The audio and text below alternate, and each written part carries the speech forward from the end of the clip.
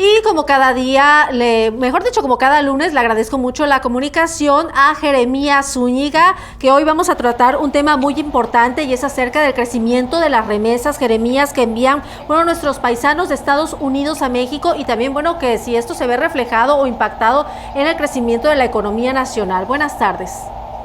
Buenas tardes, Mercedes. Un saludo al auditorio.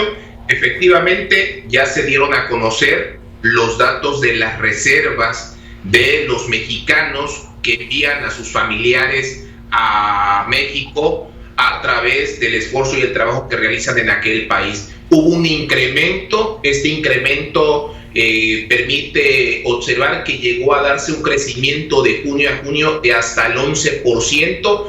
Esto es positivo para la economía nacional porque permite que más de 1 millón de familias reciban estos ingresos adicionales y que dependen de estos dineros que envían sus familiares de los Estados Unidos, y provoca que haya liquidez. Muchas de estas remesas llegan a zonas rurales, a zonas marginadas, y esto lo que está provocando es que las economías regionales se reactiven. Sin embargo, también algo que deja ver el día de hoy en el informe que publica el Banco de México es que se estima un decrecimiento en la economía nacional de hasta en 10 puntos del PIB.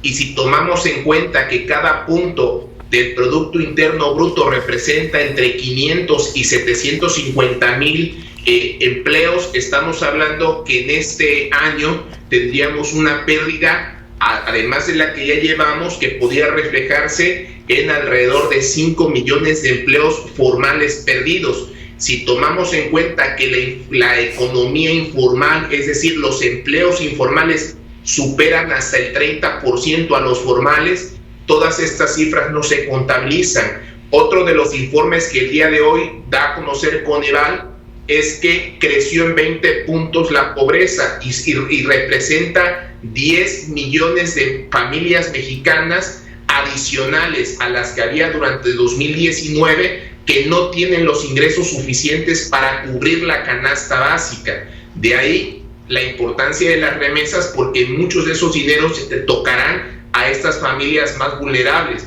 Sin embargo, al día de hoy, y lo hemos visto en diferentes sectores de la industria, se están pidiendo programas emergentes como los que están funcionando precisamente en Estados Unidos. De los nacionales que están allá, 1/3 ya tienen la residencia norteamericana y les permitió recibir los estímulos fiscales que está dando el gobierno de Estados Unidos para mandar remesas a México.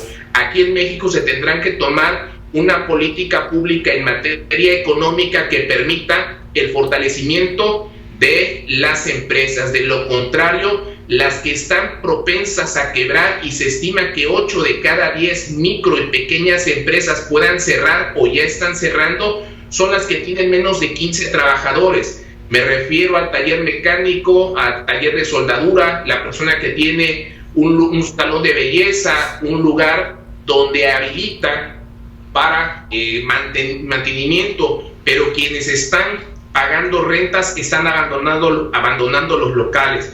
Por cualquier calle que transitemos prácticamente hay locales que han sido dejados porque la gente no tiene liquidez. De ahí la importancia de reactivar las industrias. Prácticamente los informes, tanto oficiales como privados, no son alentadores, ni el del Banco de México, ni el que publica Coneval, ni los datos de la propia Secretaría de Hacienda. En la semana pasada comentamos que el secretario de Hacienda hizo un compromiso público de acelerar el gasto del gobierno, pero al día de hoy esto no se ha dado. Se requiere que el gasto público se ejerza de manera inmediata para que las empresas tengan liquidez, para que las familias tengan liquidez. Si aunado ante la falta de liquidez consideramos que el hecho de estar en casa incrementa la energía eléctrica, hay un mayor consumo de gas, un mayor consumo de alimentos, esto lo que provoca es que la gente vaya perdiendo el poder adquisitivo, prácticamente ya no tienen ahorros, ya se endeudaron con tarjetas de crédito y ya empeñaron lo que tenían, y de esta manera pues va a ser muy complicado incluso el regreso a clases por la falta de liquidez el próximo 24 de agosto, Mercedes.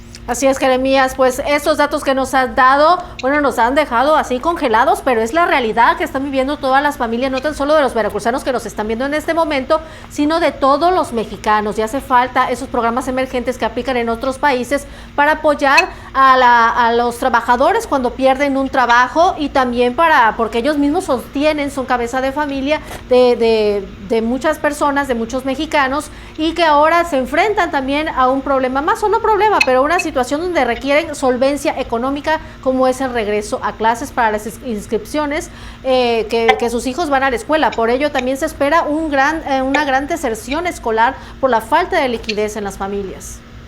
Así es, hay un gran abandono de alumnos en todos los niveles, precisamente porque hoy la prioridad para las familias es la alimentación y la salud, y algo que debemos de tener presente es que la pandemia va a pasar, pero el gobierno debe tener aún más presente que hasta hoy los números no mienten. La estrategia en materia de política económica no está dando los mejores resultados y se tienen que hacer cosas diferentes, voltear a ver otras economías que están acelerando la recuperación económica y de esta manera lograr que haya empleo. La mejor política pública es la del empleo, la de la inversión, y de acuerdo a estos informes que vemos, incluso el Banco de México señala que el 92% de los empresarios no tiene confianza en este momento en invertir ante la incertidumbre, lo cual va a provocar que no haya la contratación de personal.